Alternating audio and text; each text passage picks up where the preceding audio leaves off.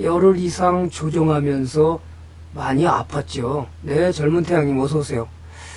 젊은 태양님 열심히 이제 참여하시네요.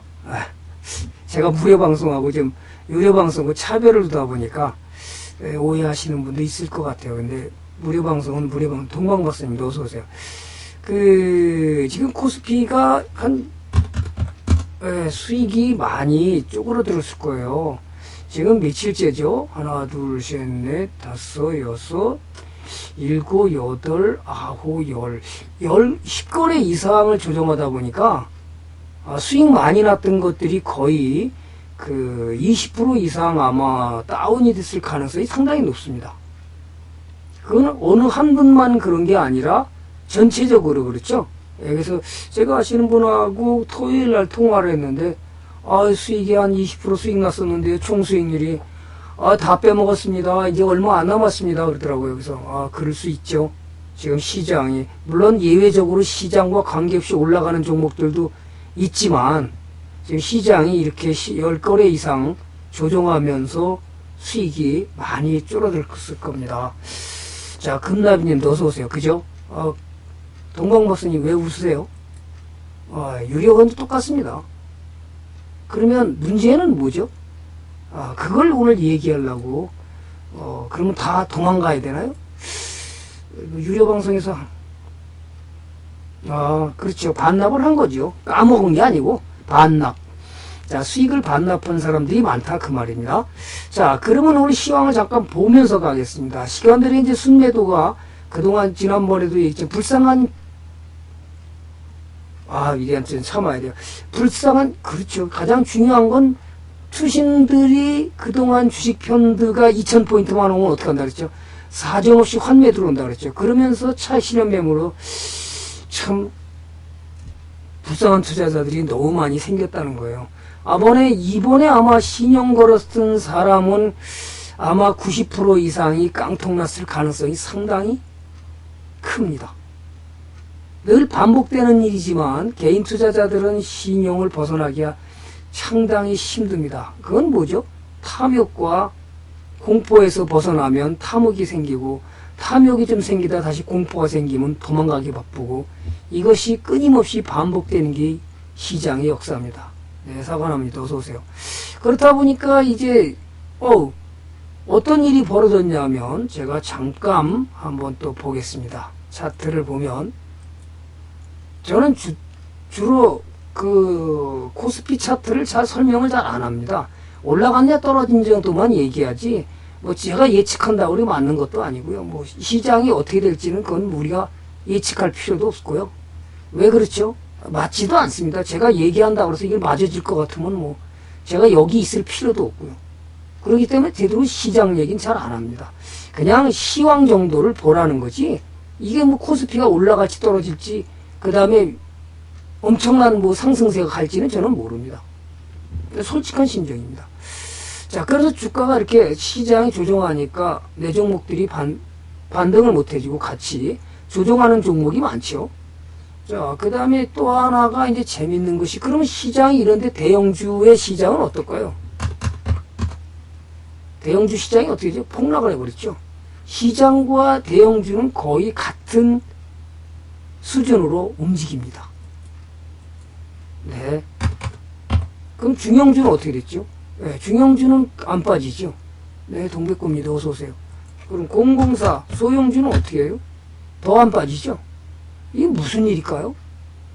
소형주는 올라갔습니다. 지금 소형주, 중형주 다 팔고 대형주로 가신 분 상당히 많죠. 자, 그럼 코스닥을 보겠습니다. 그리고 제가 설문조사를 한번 하겠습니다. 코스닥 지수죠. 700포인트 넘었다가 하락했고요.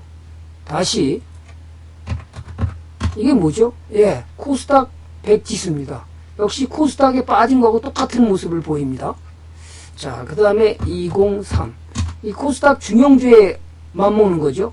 빠졌다 강하게 올라왔죠. 다시 204를 보겠습니다. 코스닥의 스몰인데 왜 이렇게 강하죠?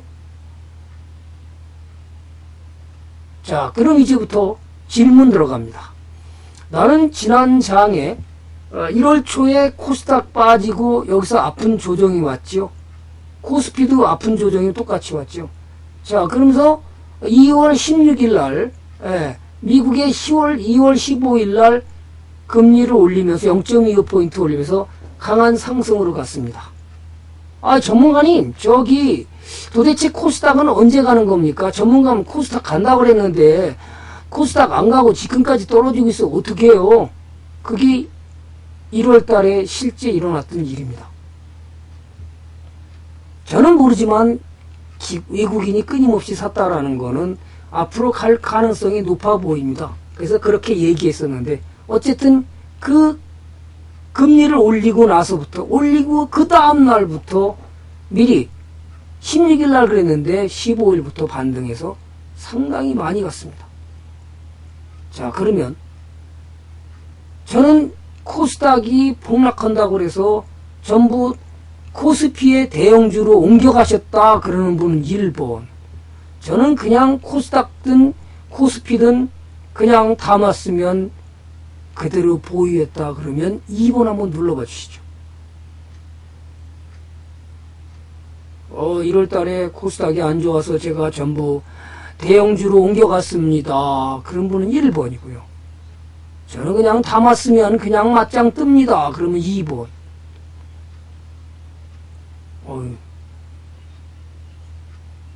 더 한번 눌러봐 주시죠. 아직은 한 60명 오셨는데. 신혜 형님, 내동매매, 소신매매. 어떤 걸 하신 거예요? 자, 야, 그러면 일본으로 간 사람이 하나도 없어요? 대단하십니다. 포트를 담았으면 그냥 맞짱 떴네요. 야, 우리 88TV 사이트의 회원들은 대단하십니다. 일본으로 도망간 사람이 하나도 없으면 이 말이 안 되는데. 아니, 시장 상황을 보통 마치 많이 얘기하면 그대로 옮겨가기도 하고, 그 전문가만 안 들어도 되네. 그죠? 예, 맞아요. 전문가만 안 들어도 됩니다. 대단하십니다. 자, 이 얘기는 무슨 얘기냐? 오늘 공부를 할 거를, 자, 빠른 속도로 좀 해볼게요. 얼마나 할 수 있을지 잘 모르겠죠. 1부분, 자, 대형주의 수급 여건이 불리한 가운데 조정국면에서 대안은 단기적으로 중소형주가 될 것이다. 이건 뭐죠? 뉴스 얘기입니다. 위대한 투자자님 절실히 경험. 그렇게 경험이 뭐죠? 스승인 거예요. 전문가를 너무 신뢰했다는 것이 잘못된 거잖아요. 그죠? 자, 개별 종목 장세의 대리지표로 할 수 있는 코스닥 스몰캡이 신고가를 내고 5월 2일 날 신고가를 냈죠. 맞아요? 네, 5월 2일 날 신고가를 내면서 조정받았죠.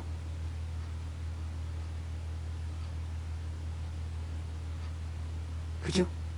자, 그 다음에 자, 그럼 더 갈지 안 갈지 우리가 알아요? 몰라요? 아직. 자, 단기 모멘텀 투자가 성행하고 있지만 장기적으로 코스닥이든 중소형의 투자가 의미 있다? 그렇다고 무조건 옮겨야 될까요? 우리 유료원들한테는 절대로 그렇게 하지 말라 합니다. 사람이, 자, 회원님들이 무슨 얘기냐 하면, 어떤 전문가는 와서 대형주로 가야 된다는데요. 대형주 안 갔습니다. 소형주만 들고 있습니다. 자, 골드세븐님 어서 오세요. 그러니까 제가 그러지 말라고 그랬습니다. 왜? 소형주든 중형주든 사람이 자기가 보는 것만 본인이 생각하고 지금까지 살아온 습관에 이어서 자기도 모르게 뭘 하죠? 싼 주식만 매수하는 사람 있고 비싼 주식만 매수하는 사람 있고 다 틀립니다. 그렇지만 제 방에 온 회원들은 절대로 그런 행동하지 마시고 그냥 싼 종목이든 좋은 비싼 종목이든 관계없이 골고루 분산해라. 단 조건이 기본이 되는 기업을 매수하라. 기본이 되지 않는 기업은 저는 언제든지 발로 차라고 했습니다. 그렇죠. 이번에 절실히 경험을 했죠.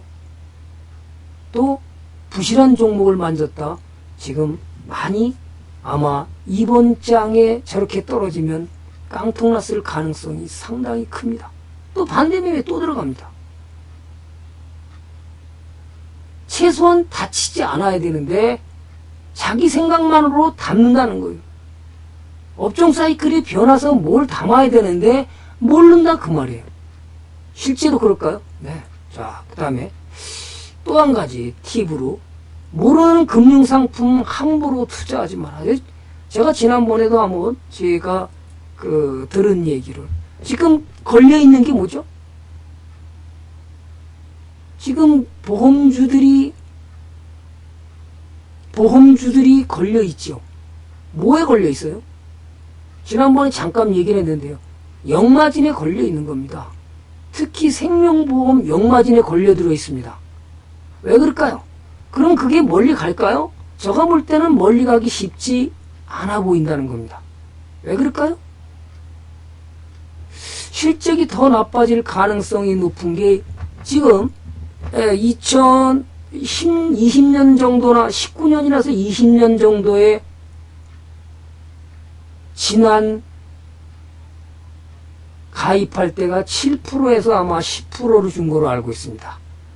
20년이 지나서 지금 만기에 환매를 안 하신 분들은 아마 5% 주는 거로 이미 알고 있죠. 네, 용돈 주는 할아버님하고 100억 부자 김년도 어서 오세요.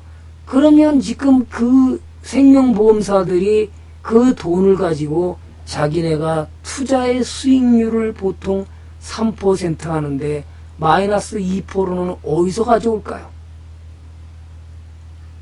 결국은 돈을 빌려와야 됩니다. 실적은 부진해질 가능성이 높아지죠.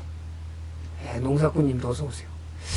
자, 그 다음에 또 하나가 이제 이번에 지난 그 현대중공업이 14만 5천원인가 6천원일 때 무슨 일이 벌어졌죠? 네, 무슨 일이 벌어졌죠? 다 알고 계시죠?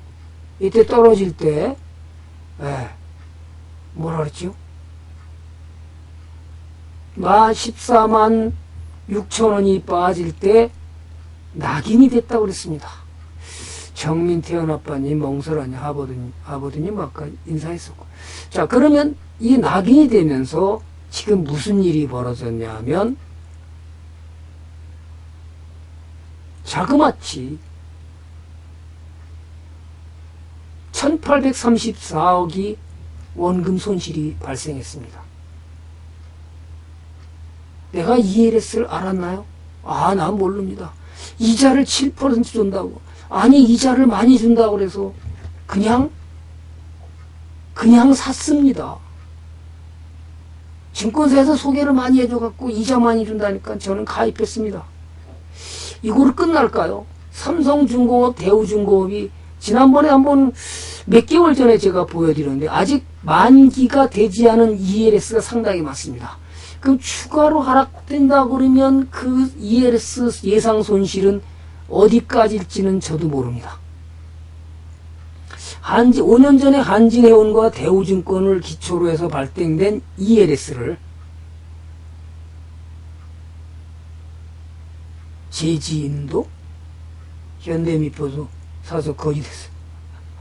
제지인도는 뭐예요? 자, 무슨 말인지 앞에 거는 모르겠어요. 뒤에 거는 알겠는데요. 자, 그 다음에 이 대우증권에서 능재곤님, 커다란 황소연님 어서 오시고요.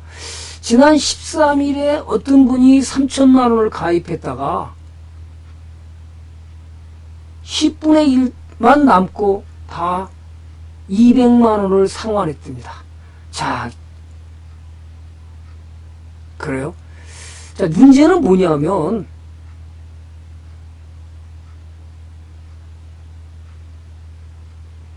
개인은 마음대로 상환을 뭐죠? 기관은 자기에게 유리할 때는 환매 안 할 수도 있고 할 수도 있습니다. 그죠? 돈을 벌 것 같으면 환매를 해버립니다. 돈을 못 벌 것 같으면 어떻게 돼요? 못 벌 것 같으면 판매할 수 있는 권한이 기관한테 있고는 개인은 마음대로 흐면은 약정 유배가 되니까 또 더 뛰겠죠. 이래서 자그마치 3천만 원 투자했다가 최근에 200만 원을 받았답니다. 아이고 진짜 그걸 이자 고이자 받으려고 그랬다가 완전히. 자, 문제는 위대한 투자자님도 그렇게 추천하는 사람이 있을 때 내가 검증을 할 수 있는 능력을 키워야 되는 겁니다. 검증을 안 하고 추천주만 너무 그 점장을 신뢰했기 때문에 다치는 겁니다. 저는 그러죠. 내가 검증할 수 있는 공부를 해야 된다. 검증할 수 있는 공부를 안 하면 언제든지 어느 전문가한테도 다 탈의할 가능성이 크다. 자, 그것까지 하고요. 무료 진단도 종목을 봐야 되나요? 빨리 시간이 없어서 다 할 수 있을지 모르겠습니다.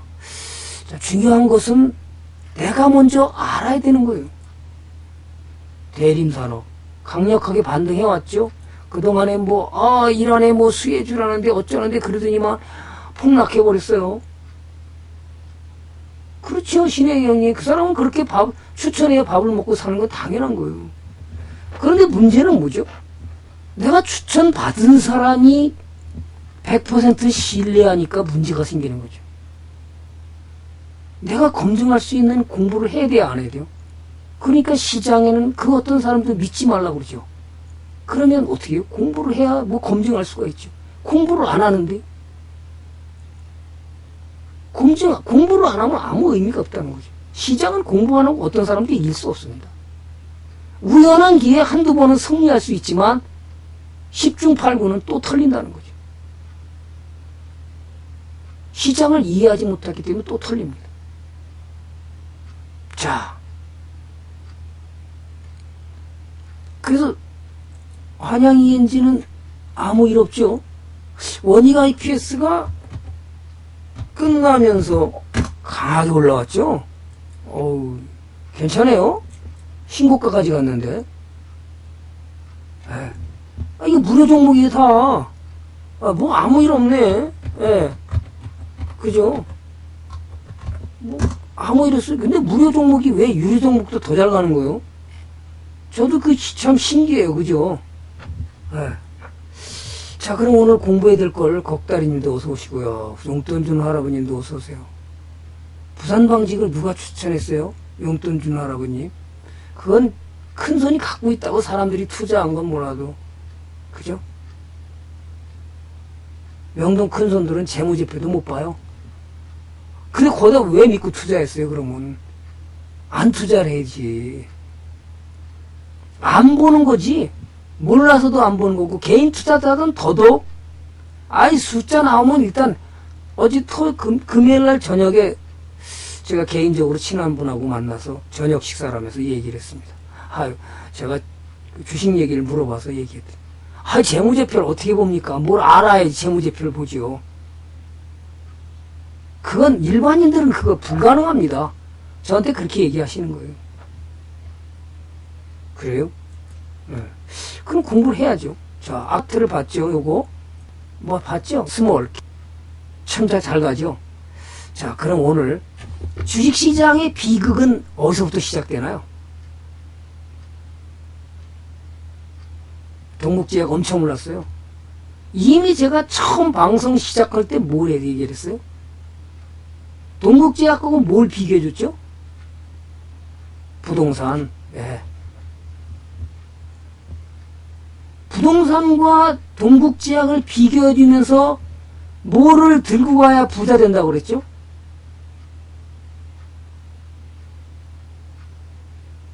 개포동 주공아파트 10년 들고 간 거하고 동국제약을 10년 들고 간 거 누가 많이 벌었어요?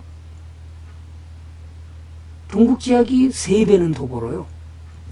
근데 사람들은 시뮬레이션이나 분석도 안 해보고 부동산이 돈 버니까 어느 분이 저한테 부동산은요, 귀신도 안 집어갑니다. 아, 그러면 주식은 귀신이 집어가나요? 제가 그렇게 얘기를 했습니다. 자, 또 보겠습니다. 자, 금융 다단계나 증권사의 월 수익률 2%를 보장한다거나, 은퇴자가 증권사에 와서 월 5%의 수익을 요구하는 것은 다 뭐죠? 탐욕과 유혹에서 비롯되기 시작하는 겁니다. 너, 나, 우리 모두가 이 유혹과 탐욕에서 못 벗어나는 겁니다. 벗어나기 위해서 공부를 하는 겁니다. 아, 그래요? 다시 말해서 저금리 시대에 월 2% 보장한다고 그러면 은행 갖다 있는 돈 빼다가 그 사람한테 맡깁니다. 또다시 금융 다단계에다가 돈을 맡깁니다. 그러면 연수익률은 얼마일까요? 24%입니다. 월 수익 2%를 보장했다고 해서 제가 증권에 투자했던 돈 다 빼버리고 그 다음에 은행에다 적금 본 거 다 깨서 그 금융 다단계나 증권사 직원이나 전문가한테 돈을 맡깁니다. 그 1인 매매잖아요. 돈 벌어주든가요? 어느 분은 돈을 5천만 원 갖다 맡겼더니 다 까먹고 빈 통장만 돌려주고, 또다시 그것도 부족해서 다시 3천만 원을 또 맡겼더니 역시 그것도 다 없애버리고 통장만 돌려주더라고요.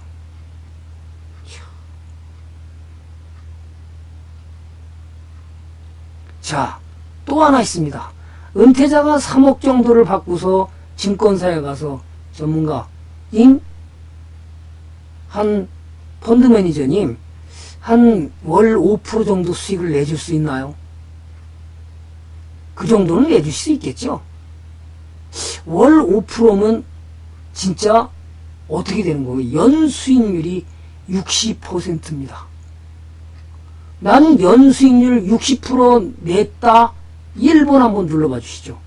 에이, 그럴 리가 없습니다. 2번 한번 누르시고요.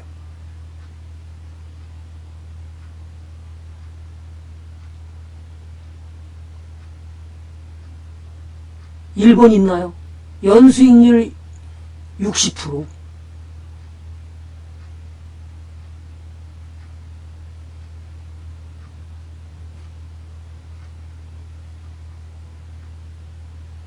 없으시죠?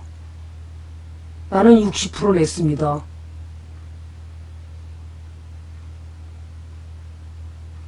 총수익률 40%도 갔다가 이번에는 또 마이너스 됐다가 시장이 안 좋으면 다시 또 수익률이 올라와서 60% 갔다가 그 다음에 또 20% 떨어졌다가 또는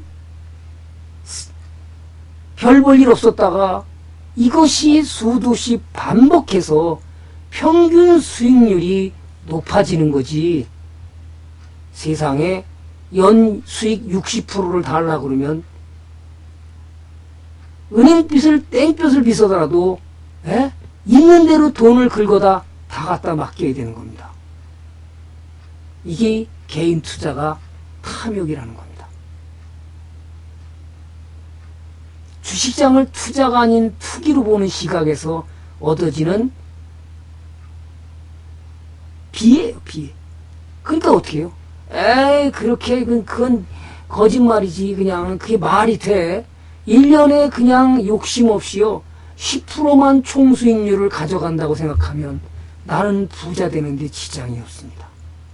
그렇게 완화하는 마음을 가져가면 그것이 좋은 종목을 포트에 담아서 골고루 갈 때, 아유, 10%만 받았는데 그냥 시장이 좋아서 수익률이, 총수익률이 50%가 올라갔어요. 대박 내줬습니다. 아이, 금년에는 시장이 안 좋아서 마이너스 10%입니다. 아, 또 들고 갔더니 그 다음에는 20% 났습니다. 그렇게 해서 연평균 매년 평균으로 10% 이상씩 끊임없이 늘어난다 그러면 그분은 부자 되는데 아무 지장이 없는데도 탐욕부터 앞서게 되죠. 에이, 전문가님, 그래도 100%는 올라야 주식을 투자하는 게 기분이 좋지 100% 안 되나요? 종목별은 100%가 아니라 1000%가 될 수도 있고 500%가 될 수도 있고 300%가 될 수 있습니다. 그런데 총 수익률은 달라지는 겁니다. 지난번에 시뮬레이션으로 봤더니 자그마치 남들은 코스닥이 안 좋다고 다 도망갔는데 1등부터 코스닥 10등 종목을 담았더니 10년을 갔더니 4000%가 넘습니다. 이게 뭔 일이래요? 그럼에도 불구하고 사람들은 코스닥은 무조건 안 되는 거. 왜 그렇죠? 부실 종목을 담았기 때문에 그런 거죠. 부실 종목들을 사놓고 급등해 주기를 바랐기 때문에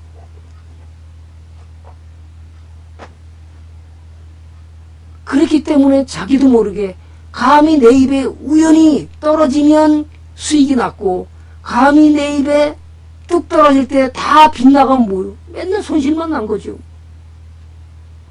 그렇죠? 언젠가는 대박을 터뜨릴 것이라는 생각부터 버려라. 투자의 기본은 뭐예요? 정석이 뭐죠? 숫자로 증명할 수 있는 좋은 기업을 매수해서 동업에서부터 시작되는 겁니다.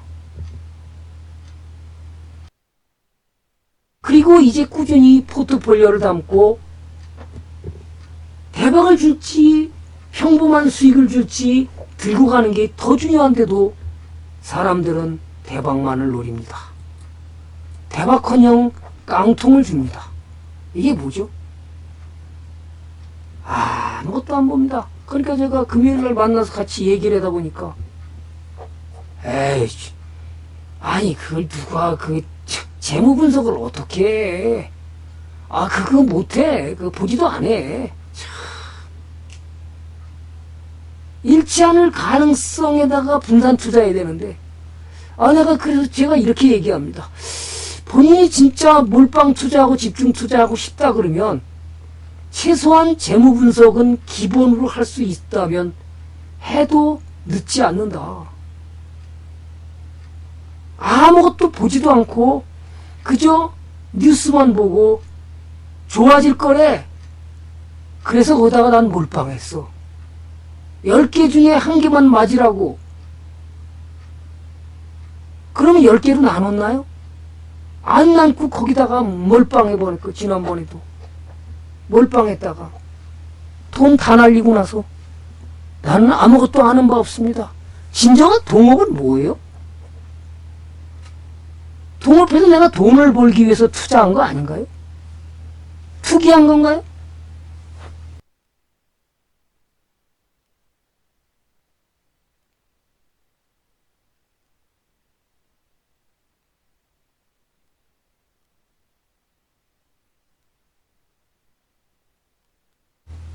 사장이 돈 벌면 나는 저절로 돈을 버는 거 아닌가요? 왜 그렇죠?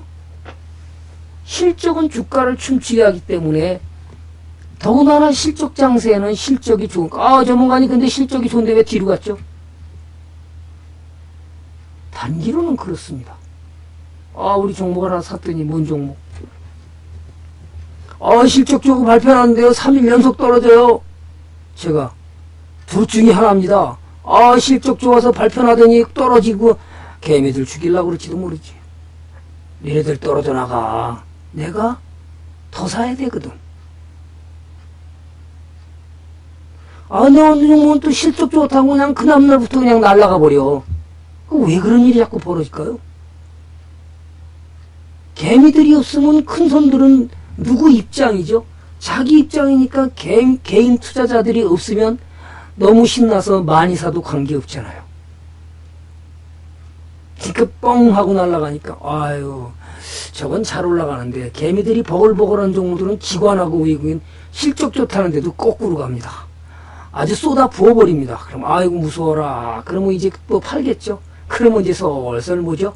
야금야금 삽니다. 실제 하는 짓이 그렇습니다.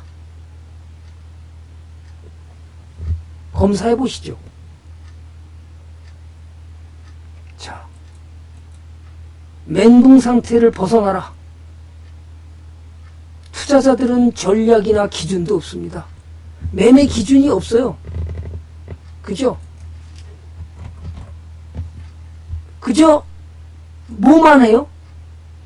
기업 분석 모릅니다. 일단 숫자가 나오면 재무 분석, 재무자료만 또 않습니다. 그냥 차트만 주세요. 차트만 보고 그냥 종목이나 추천하시면 그거 어디서 하나 얻어먹을까? 뭘 얻어먹어요? 그거 얻어먹으면 뭐 하죠?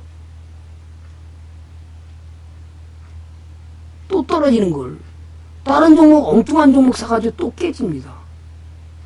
그러니까 잃지 않는 공부 배우라 그러면 공부를 안 해요. 책 보라 그러면 이번 주말에도 우리 유료원들한테 무슨 책 보시죠? 주말에 심심할 때. 왜요? 주식은 내 목숨하고 관계되기 때문에 공부 끊임없이 하셔야 됩니다. 제가 추천하더라도 본인이 분석해서 별 볼 일 없으면 안 사도 됩니다. 저도 틀릴 수 있습니다. 어떤 종목은 뒤로 갑니다. 방 사이클이 아직 돌아오지 못하기 때문에 뒤로 많이 빠졌습니다. 10%에서 20% 빠져버립니다. 그럼 어떡하죠? 아이고 죽겠네. 그래서 비중은 적당히 지켜라.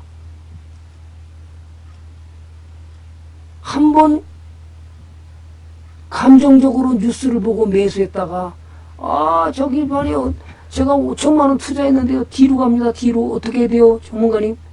뭘 어떻게 해요? 그러다가 이제 그게 쭉 빠져갖고 30% 빠졌습니다. 5천에 30%면 얼마야? 1,100만이 날아가다 보니까 이젠 팔 수도 없고, 아주 그냥 본전 달라고 악쓰다 보니까, 네, 만석군님 어서오세요. 그러다 보니까 거기에 대한 트라우마가 생기는 거죠. 그럼 어떻게 되죠? 자신감도 없어집니다. 불안감만 쌓이잖아요. 그러면 주식 사는 것을 이제 겁이 납니다. 그러면 정말 좋은 종목을 추천한다 하더라도 그걸 베팅하지 못하게 되는 겁니다. 그러면 기회는 놓치게 되고 주식시장에서 수익 내기는 더더욱 어려집니다. 전문가님 지금 쉽게 방법 없을까요? 어느 분은 또 이제 주식 좀 조금 했다고 매모의 원칙이나 전략도 없이 흔히 말하는 일본말로 매사끼라고 그러나요? 예. 이게 뭐예요? 매매 감각이라고 그러죠. 감각에만 의존하다가 한번 맞지 않게 되면 어떻게 되죠? 스스로를 통제하지 못하는 겁니다. 내가 지금 주식한 지 벌써 15년에서 20년 됐으니까 요걸 다 혹시 내가 이거 매매 감각이 있는 거 아니야? 그래서 그냥 재무 분석도 안 보고 뉴스 보면서 요건 끼가 있는 주식이니까 내가 한번 가서 탁상 사자. 끼 있는 주식을 사랬으니까 느낌이 이상해. 그래서 그냥 질렀어. 그랬더니 어떻게 됩니까? 어느 분은 20년 했다는데 주식을 한 개도 모릅니다. 어떻게 돼서 그렇게 된 거예요? 그랬더니 저는 종목만 받았지 한 번도 공부를 가르쳐서 공부를 해본 적이 없습니다. 이렇게 저한테 얘기합니다. 어쩌다 그렇게 된 거예요? 그랬더니 어느 전문가를 비난하기 위해서 그런 게 아니라 음인이 양인이 올라간다 내려간다 이게 3개월 동안 이렇게만 강의했습니다. 그게 말이 됩니까? 그랬더니 실제로 그랬습니다. 스토리만 뒤따 얘기해도 어느 전문가는 또 뒤따 대고 종목만 추천했지 한 개도 안 가르쳐 줍니다. 본인이 아는지 모르지만 저는 그렇게 해서 또 샀다가 코피 터졌습니다. 최근에 무슨 얘기를 하던가요? 너무 재밌는 얘기도 많이 나와요. 자, 또 하나가 이제 네 번째 갔는데요. 자신의 손실에 대해서 남의 탓을 하지 말라. 전문가님 추천했는데 뒤로 갔습니다. 에이 진짜 전문가라는 사람이 저것도 못 맞춰.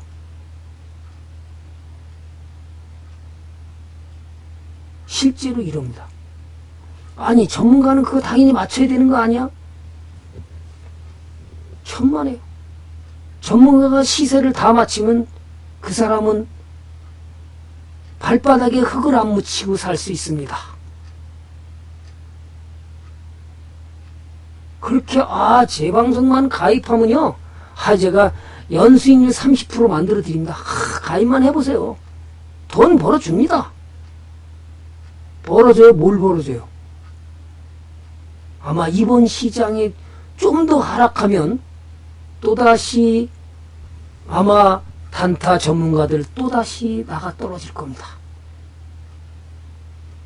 못 견디고. 왜죠?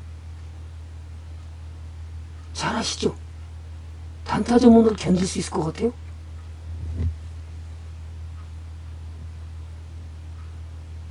증권 추천주를 받다든지 증권 전문을 탓하지 말고 자신의 분석 능력이 없다는 것을 탓해야 됩니다. 왜 그럴까요? 내 매수한 종목이 시장이 말이야 너무 안 좋아가지고 내 종목이 뒤로 갔어. 뒤로. 아유 정말 저 시장이 저러면 안 되는데 말이야. 전문가가 저렇게 얘기하면 시장 맨날 시장만 얘기하더니 뒤로 가버리고 말이야. 전문가가 추천했더니 뒤로 까꾸라 가가지고 나 손실 났어. 아유 전문가 진짜 전문가 맞아. 전문가는 기본으로 그 정도는 맞춰야 하는 거 아니야? 맞춰야 되는 거 아니야? 내 마음 편하자고 남을 탓하게 되면 내 매매 실력을 향상시키기 어려워지는 겁니다. 내가 뭐 때문에 지금 손실이 났는지를 분석해야 돼요.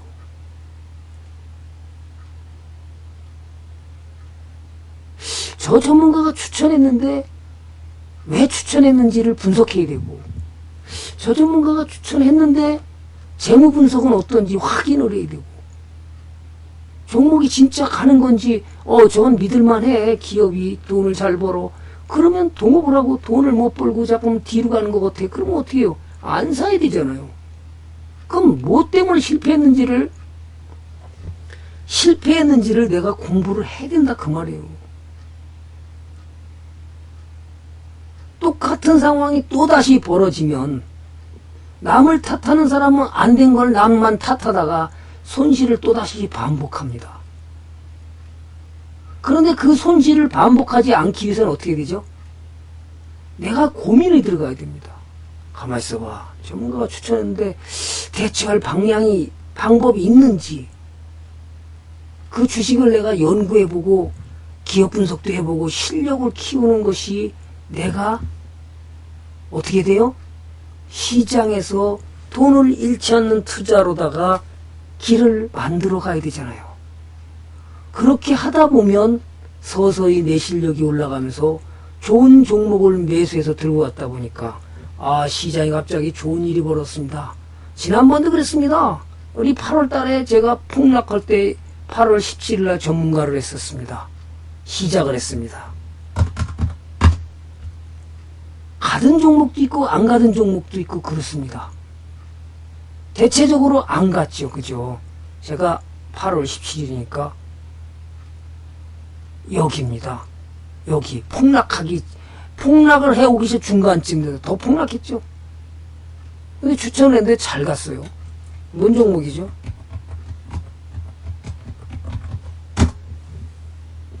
자, 이 종목입니다. 여기서 추천했는데 이게 올라갔습니다. 수익 내줬습니다. 떨어지기 시작하니까 뭐라 그러죠? 전문가님 저거 잘라야 되는 전적점 깨고 내려갑니다. 수익은 챙겨야 되는 거 아니에요? 좋은 종목을 담았으니 그냥 들고 가시죠. 비중만 지켰다면. 아니 다 까먹도 없잖아요. 진짜 이걸 어떻게 해? 그러더니 1개월, 2개월, 3개월, 4개월, 5개월부터 올라가면서 5개월을 지나니까 이제 기다리니까 우리 유료원도 그렇습니다. 전문가님 기다리니까 다 올라가네요. 돈을 잘 버는 기업들은 이게 주특기인가 봐요. 또 있습니다.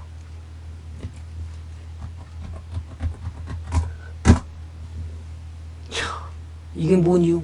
이때 샀습니다. 전문가님 화학주가 다 떨어지는 올라가는데 애경유화 샀더니 뒤로 갑니다. 어떡해요. 또 신저점 깨고 내려갑니다. 어떡해요. 봐요. 그죠? 신저점 깨고 내려갑니다. 어떡해요. 또 신저점 깨고 내려갑니다. 어떡합니까? 전문가님 세 번째, 네 번째. 어떡해요. 비중을 지켰습니까? 네, 비중은 지켰습니다. 추천하자마자 30% 빠졌나요, 이거? 잘 모르겠습니다. 그럼 어떻게 된 거예요? 20% 빠졌네요. 그러니까 죽겠다고 난리 쳤는데, 얘가 1, 2, 3, 4, 올 그 4개월 참도 점점 올라가기 시작하더니 지금 뭐요?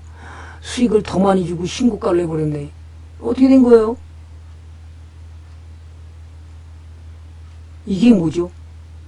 좋은 기업과 동업을 하게 되면 이런 일이 벌어지더라. 아니 주가가 올라가고 난리 치는데 개미들은 다 도망가.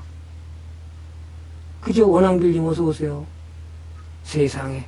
아니 그죠? 개미들은 다 도망가요. 주가가 올라오면 왜 도망가요? 가만히 있어야지. 돈을 벌어주는데 싫다고 도망간다니까요. 이게 몇 개월 참은 거예요? 1개월, 2개월, 3개월, 4개월, 5개월 참았다니까 이런 일이 벌어지잖아요. 그러니까 제가 좋은 종목을 골고루 담고 그냥 맞짱 뜨고 가만히 있으라면요. 한 20%만 빠져봐요. 아주 죽는다고 다 도망가죠. 그죠? 이게 뭔 일이에요? 자, 또 갑니다. 그죠? 뭘 이제 살라고요? 하거든요. 안 됩니다. 공부부터 해야 된다니까요. 자, 이것이 뭐예요? 내가 그런 대처 능력을 배우셔야죠. 여기 유료원들 많이 오셨으니까 물어봐요. 대처 능력을 배워야지 대처 능력은 안 배우면 뭔 소용이 있어요? 주식을 이해할 수 없다면 어떻게 해요? 함부로 전업하지 말라 그 말이에요. 어떤 분 전업한다고 저한테 무료 방송에서 이렇게 얘기합니다. 이거 맞나요? 아니야.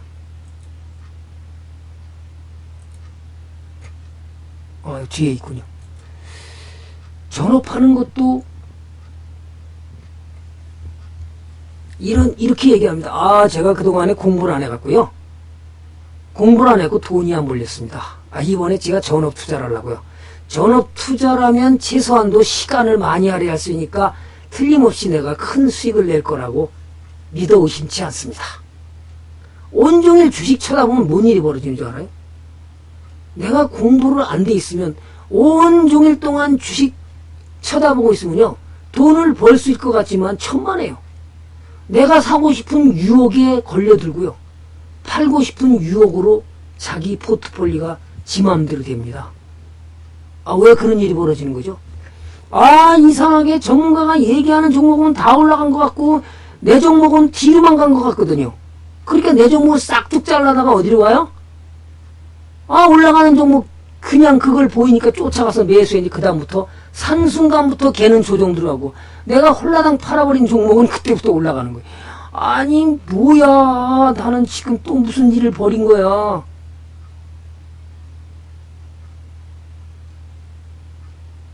그래서 함부로 좋은 종목인지를 먼저 공부를 해야 되는데 좋은 종목이라면 자꾸 포트폴리오를 만지작거리지 말라 그 말이에요. 지금 봤잖아요. 5개월 지나고 7개월 지나고 나니까 그보다 더 수익을 주는데도 자꾸 만지작거려 갖고 손실이 나버리는 겁니다. 올라가는 종목은 잘라다가 60%까지 났습니다. 조정했습니다. 30% 조정해서 아까워요. 아유, 지난번에 더전 비전도 그랬죠. 30% 수익 났습니다. 그래갖고 20% 손실 깎아버리니까 10% 있는 것도 깎아먹을까봐 다 잘라버렸습니다. 아직 조사했더니 한 사람도 없습니다. 유료 회원만 들고 있고요. 오히려 무료 방송에 이제 간 사람들이 매수를 했어요. 참. 이게 다 무슨 일이죠? 눈이 보배죠. 그죠? 눈이 보배니까 더 가는 종목만 보이는 거잖아요. 어느 분 저한테 그럽니다. 전문가님, 생활비 벌어주나요? 회비는 나오나요? 저는 장담 못합니다. 회비도 못 벌어주고요. 그 다음에 생활비도 못 벌어줍니다. 그러면 제 방송에 오시지 마시죠. 저는 물고기 잡는 방법은 알려줄 수 있어도 생활비를 벌어주거나 돈 번다는 얘기는 못 해줍니다. 그랬더니 뭔 저런 사람이 다 있냐? 그럼 뭐 전문가를 왜 하는 겁니까? 이렇게 대질문할 수도 있겠죠. 저는 물고기 잡는 방법을 분명히 알려주지만 전문가와 회원 간의 케미스트리, 공감이 있어야 돈을 버는 거지. 팔지 못하게 할 때 들고 가게 만들고 흔들리고 마음이 저거 할 때 빨리 살라고 그러면 못 사게 만들고, 그게 쉽게 되든가요? 고점 매수, 저점 매수해서 고점 매도 전략으로 수익을 쌓아보려 하지만 단기 매매는 시장에 빠르게 대응하는 순발력, 그 다음에 기계적으로 팔고 사는 실행력을 갖춘 사람이 100명에 5명 있을까 말까 하는 사람만 돈을 벌 가능성이 높기 때문에 일반 투자자는 해서는 안 되는 방법입니다. 에이, 수렁털이다 그러죠. 그죠? 장기 투자가 반드시 옳다는 얘기는 아닙니다. 어느 분은 장기 투자한다고 수익 낸 것도 다 반납해버립니다. 그렇죠? 전문가니 회비 벌게 해주세요. 매달 생활비를 제가 벌어야, 그래야 전문가 방송에 있을 수 있습니다. 저는 못하니까 제 방송에 오지 마시죠. 차라리 그러고 싶다면 일부 생활비를 남겨두고 매달 아닌 매년 몇 %의 수익을 내겠다는 계획으로 공부를 하시면 느긋한 매매가 되면서 수익이 커질 가능성이 있다는 겁니다. 근데 그렇게 안 되죠. 오늘의 교훈하면서 마치겠습니다. 작은 일도 목표를 세워라. 그러면 반드시 성공할 것이다. 목표 없는 인생은 뭐죠? 키 없이 항해하는 걸 몰라요. 가는 방법은 아는데 돌아올 줄 모르면 어떻게 되죠? 죽든지 영원히 끝나버린 둘 중에 하나겠죠. 그저 바람 부는 대로 밀려다니까요. 키를 움직일 수 있는 능력은 누구한테 있는 거죠? 우리 안에 있잖아요. 그럼 내가 공부를 해야 이길 수 있는데 안 합니다. 그죠? 만석권이도 많이 느꼈죠. 무방에만 있다 유방 들어오니까 어때요? 자, 저는 이렇게 합니다. 투자에서 기초가 부족한 분, 잃지 않는 투자를 해야 될 분, 재무 분석을 잘 모르는 사람, 재무 분석을 통해서 우선 기본을 알아야 됩니다.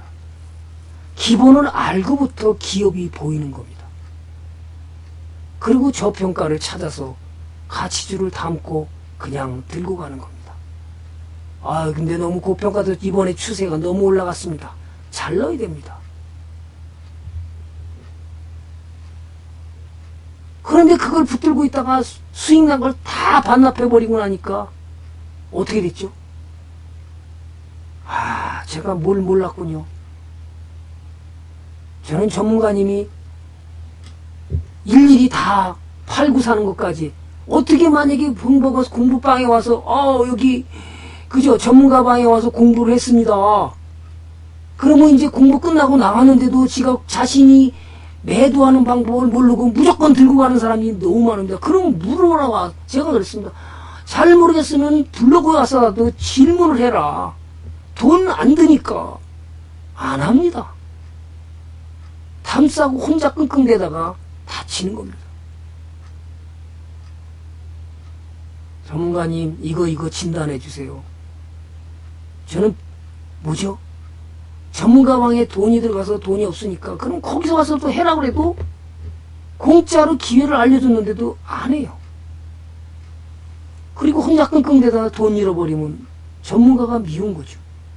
자, 그러니까 목표가 중요한 거고 좋은 종목을 매수해서 꾸준히 들고 왔을 때 장기 투자가 이긴다는데 무조건 장기 투자만 하면 안 됩니다. 종목이 좋은 종목을 매수했더니 걔는 가면 갈수록 계속 올라가더라. 그러면 장기 투자요.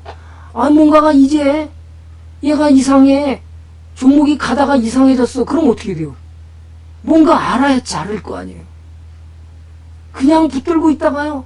다 수익을 반납해버리고 남은 게 없어요. 몇 년 고생해서 수익 낸 거를 갖다가 한 개도 남은 게 없습니다. 그게 뭐죠? 공부가 안 돼 있는 거잖아요. 자, 모두가 행복한 투자가 되기 위해서는 어떻게 하죠? 공부만이 살 길이다. 오늘